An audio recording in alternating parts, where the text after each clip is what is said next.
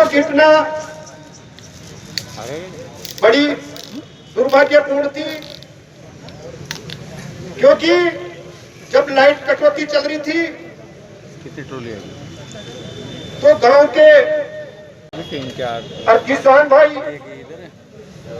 जब grade pay light आ रही थी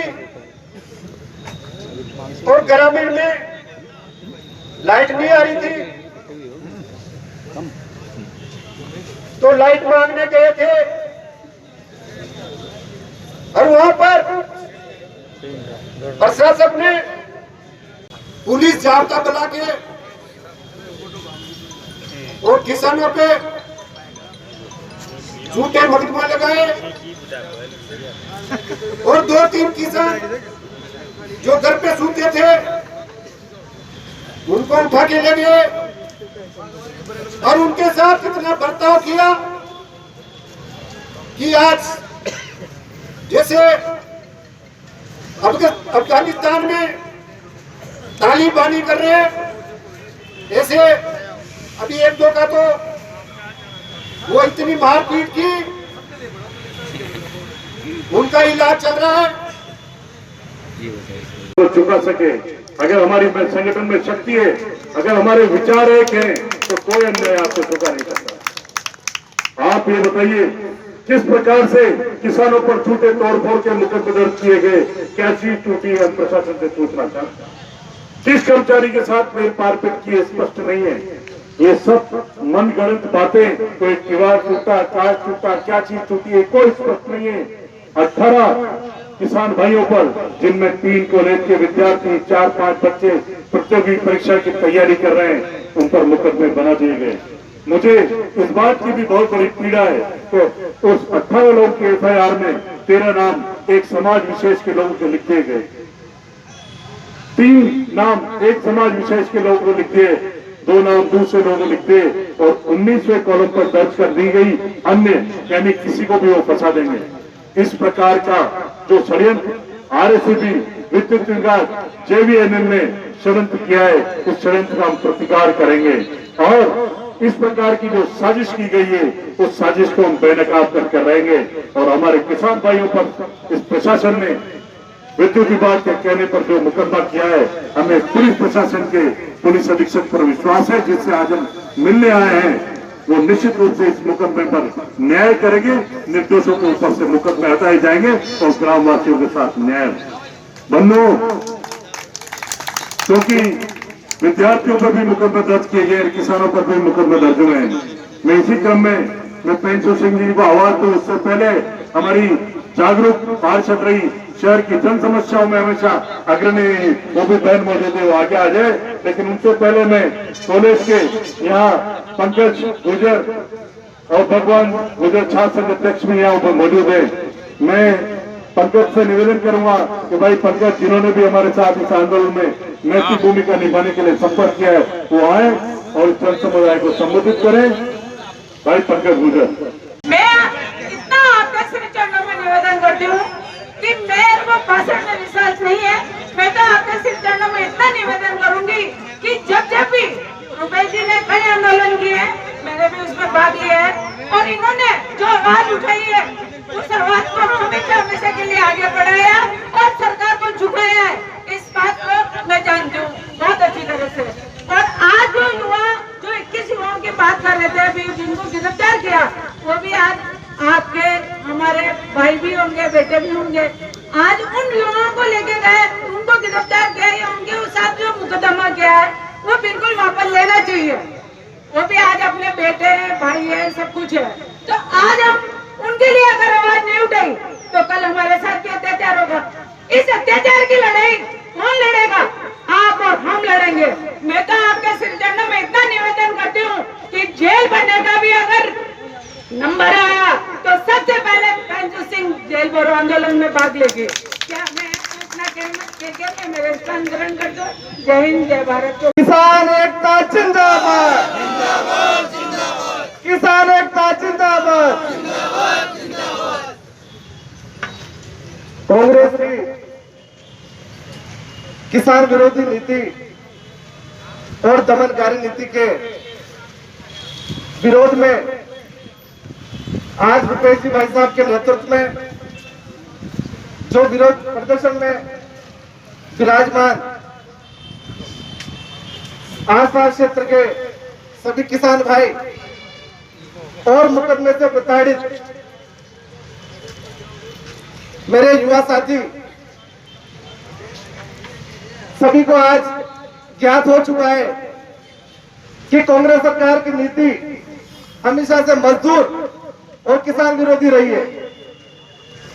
एक मूलभूत मांग बिजली, जिसकी आवश्यकता, मैं खुद भी किसान परिवार से हूं, मुझे पता है इस समय बिजली की आवश्यकता किस प्रकार हमारे खेती कार्यों में काम आती है।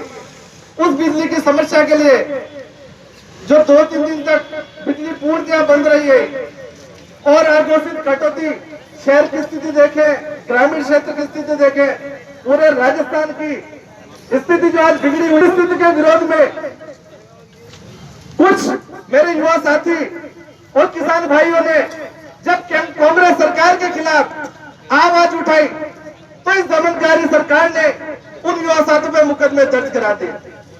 लेकिन मैं कहना चाहता हूं मुख्यमंत्री जी से, ये किसान, ये मजदूर किसान के पुत्र है, ये हाड़ा की धरती है, यहाँ के किसान मुकदमा से नहीं डरते। अगर अगला जो मुकदमा लगेगा, रुपेश जी भाई साहब, ये आपका छोटा भाई ओम देवाल, प्रहलाद जी गुंजल और मेरे सारे युवा साथी, हम आप लोगों के साथ तैयार हैं। मुकदमे चाहे आप दूसरा भी लगा दे, लेकिन किसानों की आवाज को आप रोक नहीं पाओगे। मेरे किसान भाइयों, आज प्रदेश की स्थिति अगर अपन देखेंगे, पेपर उठा के देखिए, सुबह आप अखबार में पढ़िए, यहाँ पर बलात्कार, ये अधिकारी रिश्वत लेते हुए, ये डिपार्टमेंट में रिश्वत लेते हुए पकड़ा गया, कहीं चोरी की घटनाएं, कहीं पे हत्याओं की घटनाएं, किस प्रकार की घटनाएं आज पूरे राजस्थान में। और राजस्थान की सरकार अपनी कुर्सी बचाने में मुख्यमंत्री कौन बनेगा, उप मुख्यमंत्री कौन बनेगा, सरकार बची रहेगी नहीं बची रहेगी, राजस्थान सरकार को ये पता नहीं है। जनता को देखना उन लोगों ने छोड़ दिया। जनता का क्या हाल है, मजदूर क्या कर रहा है, किसान की स्थिति क्या हो गई यार। वर्तमान की स्थिति देखे जाए, इंद्रदेव जरूर थोड़े दिन मेहरबान हो के वो भी लूट गए। किसानों की जो दुर्गति आज राजस्थान में हो रही है, ऐसी दुर्गति शायद ही मैंने कभी देखी होगी। आवश्यकताओं के लिए सड़कों पे नहीं उतरेगा तो क्या करेगा। तो मेरे सभी साथी किसान भाइयों से निवेदन है, हम लोग डरेंगे नहीं। सारे युवा साथी, सारे भाई, पूरा बूंदी जिला आप लोगों के साथ है। आज तो अपनी ये पहली लड़ाई है, आगे भी किसान विरोधियों की जो भी लड़ाई होगी हम मिलकर एक साथ लड़ेंगे। लाभ गुंजल जिंदाबाद। अब मेरे क्षेत्र में ले लिया गया हो या बूंदी पर कोई भी समस्या आई हो, गुंजल साहब ने अपना संबल, अपना सहयोग, अपना समर्थन और अपना प्यार बूंदी जिले पर लुटाया है। अगर जिले में फ्लोराइड के पानी की समस्या आई, अगर बूंदी में तो अभ्यारण्य में लेने की बात आई तो गुंजल साहब ने आवाज उठाई। और मुझे वो दृश्य याद है, जब तक बूंदी का प्रस्ताव नहीं गया था तो इसी कलेक्ट्री के सामने प्रहलाद गुंजल साहब ने बूंदी जिले की सबसे बड़ी जनसभा उस नायक के, ये वो नायक है। तो यहाँ जो लोग बैठे हैं, ये खेत के बीज है और इस बीज को अगर फसल होती है और पेड़ पर जिस तरह फल लगते हैं, उसी तरह गुंजल साहब का संबंध है। अगर हिंदोली में आफत आती है तो गुंजल साहब की आवाज आती है, अगर केशवराय पाटन में कोई समस्या आती है तो प्रहलाद गुंजल जी का सहयोग और समर्थन आता है। अगर परेशानी आती है, वन विभाग की परेशानी आती है तो गुंजल साहब न जाति देखते हैं, न वर्ग देखते हैं, न पार्टी देखते हैं। अगर गुंजल साहब देखते हैं तो भाई साहब के पास बर्डेश्वर महादेव में मीटिंग हुई और 26 गांव के प्रमुख लोग आए, तो उसके पहले हम लोगों ने बात रखी थी कि भाई हमारे यहाँ भी जनप्रतिनिधि है, जीते हुए भी है, हारे हुए हैं, पहले आप उनसे बात कर लीजिए। और जब उधर से चुकारा नहीं आया, कोई आवाज नहीं निकली, तो जब सब लोगों ने आवाज दी और प्रहलाद जी गुंजल को पता लगा कि बिजली मांग रहे लोगों पर विद्युत विभाग ने उनको फंसाने के लिए झूठे मुकदमे लगा दिए गए हैं। कार्यक्रम के आयोजक भाई रुपेश शर्मा, बूंदी भारतीय जनता पार्टी के वरिष्ठ नेता आदरणीय भगवान जी लाडला,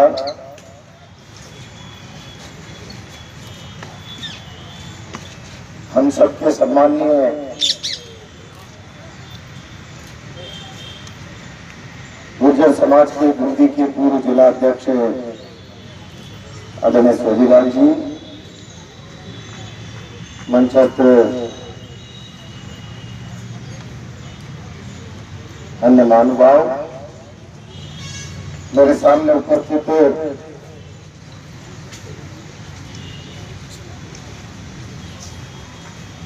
सभी भाइयों, नौजवान मित्रों, 3-4 दिन पहले रुपेश शर्मा मेरे पास आया था। भाई पीछे बातचीत नहीं करेंगे,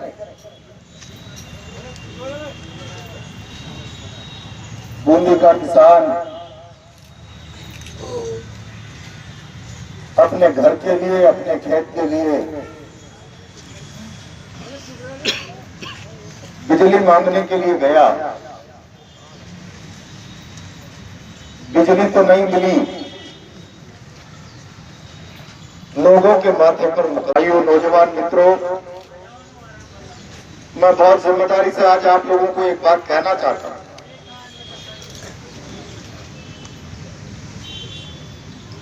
राजस्थान में शासन को बदले हुए 3 साल का समय होने जा रहा है।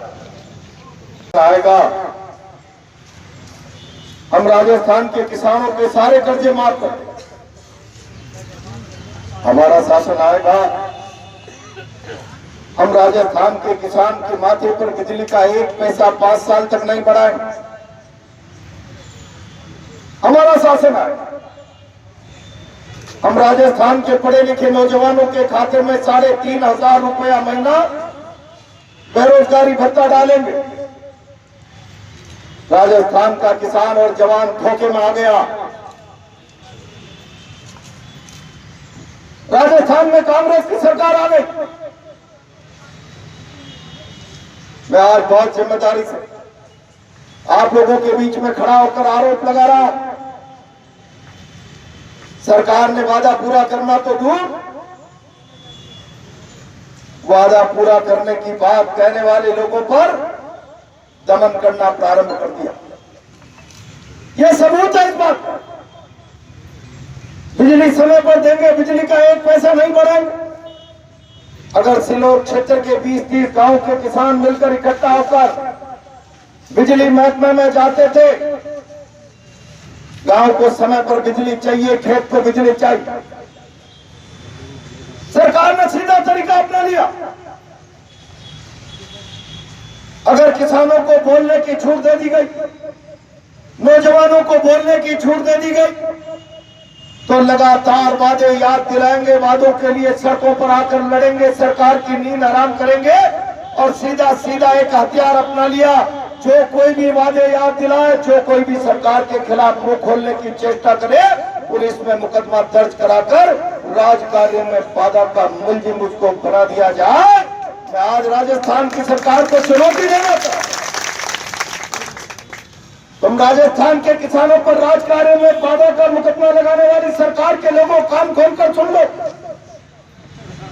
जिसके मतदान के आधार पर, जिसके फैसले के आधार पर तुम सत्ता के सिंहासन पर बैठे हो, उसकी आवाज को दबाने के लिए तुम राज कार्य में बाधा का मुकदमा दबाकर उसकी आवाज को रोक नहीं सकते।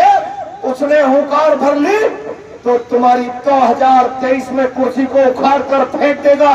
दुनिया की कोई ताकत तुम्हें बचा नहीं सकती। और इस बात का संकेत मिलना प्रारंभ हो गया। अभी 5 दिन पहले कोटा में एक प्रदर्शन था, आप लोगों ने अखबारों में पढ़ा होगा, यहाँ आया कि नहीं आया मुझे पता नहीं, कुछ लोग कोटा भी आए। सरकार को लगा डरा दो, पुलिस लगा दो, चापका लगा दो। एक गृह मंत्रालय का सर्कुलर जारी हो गया, कोई इकट्ठा होगा तो कानून सम्मत कार्रवाई की जाए। सारे शहर के चप्पे चप्पे पर 200, 500, 1000 पुलिस लगा दी। लेकिन जब सड़कों पर मचलता हुआ नौजवान हजारों की तादाद में कोटा की धरती पर निकला, सरकार को नानी याद आ गई, आंखें खुल गई। सरकार सीधा सीधा संकेत इस बात का, 3.25 साल से राजस्थान में अराजकता, अव्यवस्था, अन्याय है, अत्याचार है, लूट है, शासन नाम की कोई चीज नहीं, चारों तरफ बेईमानी मची हुई है। रोज ऐसी भी 4 बेईमान भ्रष्टों को पकड़ती है, उसके बावजूद भी जनता का खून चौंक कर बेईमानी करने वाले लोगों पर लगाम साबित हो गई। अब इस सरकार का केवल एक काम बचा, कैसे भी करके लोगों के मुंह पर छीका लगा के रखो, लोगों के मुंह पर लगाम लगा के रखो, प्रतिबंध लगा दो, कोई जुलूस नहीं निकाले। 1.5 साल तो इस सरकार को फुर्सत मिल गई कोरोना महामारी में, महामारी का बहाना मिल गया, कोई सड़क पर नहीं आएगा, महामारी में कोई भीड़ नहीं जुटाएगा, संक्रमण फैल जाएगा। हमने भी मर्यादा को नहीं तोड़ा, नीति करेंगे, महामारी में व्यवस्था पैदा करेंगे। महामारी पूरे विश्व के सामने जो वैश्विक चुनौती बनकर खड़ी है, वैश्विक चुनौती से लड़ते समय हम सरकार की राह में किसी प्रकार की अनैतिक बाधा उत्पन्न करेंगे, ये हमने कभी प्रयास नहीं किया। मैं चाहता हूं, आज तो हमने ये केवल प्रदर्शन किया है, अगली बार तुम किसी एक किसान को गिरफ्तारी करके बता देना, बूंदी की धरती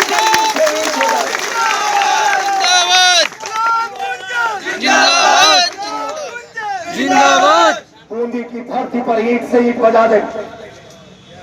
अभी तो मैंने कहा, रुपेश तुम घूम लो, लोगों से बात कर लो, अगर गलती की किसी एक के भी गिरबान में किसान के हाथ डालने की कोशिश, मुकदमे में किसी को मुलजिम बनाने की कोशिश की, निष्पक्ष जांच करके लोगों को न्याय अगर इस सरकार ने नहीं दिलाया तो अगला प्रदर्शन होगा। आपको पता होगा 2012 में सारी सरकारी मशीनरी, सारी सरकार, सारा प्रशासन एडी से लेकर चोटी तक का जोर लगाकर थक गया, रैली रोकेंगे। जब बस नहीं चला तो न्यायालय की शरण में जा पहुंचे हम, न्यायालय से स्टे लेकर रैली रोकेंगे। लेकिन बूंदी की धरती पर मचलता हुआ नौजवान किसान की ताकत में आया, अखबारों को लिखना पड़ा, सड़कें तंग, सड़कें छोटी, लोग ज्यादा, सड़कें कम पड़ गई, लोग ज्यादा। मैं चुनौती दे रहा हूं, ये प्रदर्शन केवल सांकेतिक, आज केवल 5 आदमी जाकर कलेक्टर, एसपी जो भी मिलेगा उसको ज्ञापन देंगे। इसके बाद भी अगर बूंदी के किसानों के साथ न्याय नहीं किया, मुकदमेबाजी के जंजाल में फंसाकर किसानों की आवाज को दबाने की कोशिश की, प्रशासन का तमन चक्कर चला, तो फिर समझ लेना जोर जुल्म की टक्कर में संघर्ष हमारा नारा है। कोई हम पर जोर चलाएगा, कोई जुल्म चलाएगा, कोई अत्याचार करेगा, तो हम संघर्ष के बूते उस बात का जवाब देंगे। और आप लोगों का आह्वान करना चाहता हूं, फिर अगली बार लड़ाई की जरूरत पड़े तो ठंडे ठंडे मत आना, पूरी ताकत के साथ, पूरे हौसले के साथ, पूरी हिम्मत के साथ, पूरी तादाद में आना, ताकि हम कह सके हाँ, इसकी मां ने दूध पिलाया, जो किसान की गिरबान में हाथ डालने का साहस करेगा।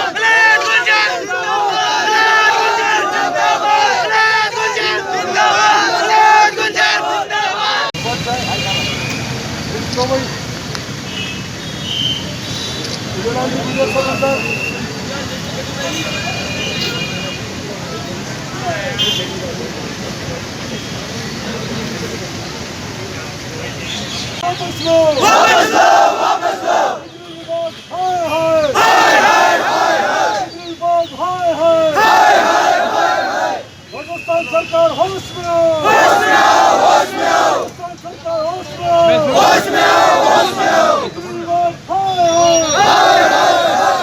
राजस्थान सरकार मुर्दाबाद, मुर्दाबाद, मुर्दाबाद। कांग्रेस